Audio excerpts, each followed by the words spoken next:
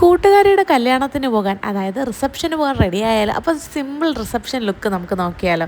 ഇന്ന് ഞാൻ ദാ ഈ ഒരു സൽവാർ സെറ്റാണ് ഇടാൻ പോകുന്നത്. അത്യാവശ്യം കുറച്ച് കളർഫുൾ ആവട്ടെ, അടുത്ത കൂട്ടുകാരിയുടെ കല്യാണമാണേ.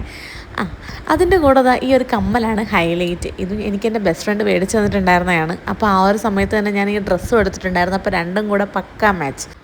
ഇനി നമുക്ക് മുഖത്ത് കുറച്ച് പുട്ടിയടിക്കാം. മെയിനായിട്ട് ഞാൻ ഫോക്കസ് ചെയ്യുന്നത് സ്കിൻ കെയർ. അത് കഴിഞ്ഞാൽ പിന്നെ എൻ്റെ അണ്ടർ ഐ ഡാർക്ക്നെസ് ഞാനൊന്ന് കവർ ചെയ്യാൻ മാക്സിമം ശ്രമിക്കാറുണ്ട്. അപ്പോൾ കുറച്ച് കൺസീലറൊക്കെ ഇട്ട് അതൊക്കെ ഒന്ന് ഹൈഡാക്കും. അല്ലാതെ വലിയ കാര്യമായിട്ട് ഞാനൊന്നും കൺസീലങ്ങ് ചെയ്യാറില്ല, ആ ഒരു അണ്ടർ ഐയിൽ മാത്രം.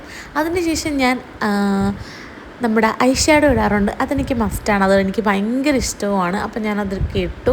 പിന്നെ ഞാൻ കുറച്ച് ഫൗണ്ടേഷൻ, കൂട്ടുകാരുടെ കല്യാണമല്ലേ, അപ്പോൾ കുറച്ച് ഫൗണ്ടേഷനൊക്കെ ആവാം. അങ്ങനെ ഞാൻ കുറച്ച് ഫൗണ്ടേഷനൊക്കെ ഇട്ടു. മുഖമൊക്കെ ഒന്ന് ഒരുവിധം സെറ്റാക്കിയൊക്കെ വെച്ചു. കോമ്പാക്റ്റും ഇട്ട് പൗഡറൊക്കെ ഇട്ടൊന്ന് സെറ്റ് ചെയ്തിട്ടുണ്ടായിരുന്നു. അത് കഴിഞ്ഞാൽ പിന്നെ ഹെയർ സ്ട്രെയിറ്റ് ചെയ്യാനായിട്ട് ചേട്ടനാണെന്ന് സ്ട്രെയിറ്റ് ചെയ്ത് തന്നിട്ടുണ്ടായിരുന്നു. അത് കഴിഞ്ഞിട്ട് ഞാൻ എന്താ ഡ്രസ്സൊക്കെ പോയി ഇട്ടിട്ടുണ്ടായിരുന്നു. ഡ്രസ്സൊക്കെ ഇട്ടിട്ട് ലാസ്റ്റാണ് ഞാൻ ലിപ്സ്റ്റിക് ഇടുന്നത്. കാരണം എനിക്ക് ലിപ്സ്റ്റിക് ഇട്ടിട്ട് ആ മിററിലോട്ട് നോക്കുമ്പോൾ ഒരു വല്ലാത്ത സാറ്റിസ്ഫാക്ഷൻ കിട്ടണം. ആ ഒരു സാറ്റിസ്ഫാക്ഷൻ കിട്ടാൻ വേണ്ടിയിട്ടാണ് ഞാൻ ലാസ്റ്റ് ലിപ്സ്റ്റിക് ഇടുന്നത്.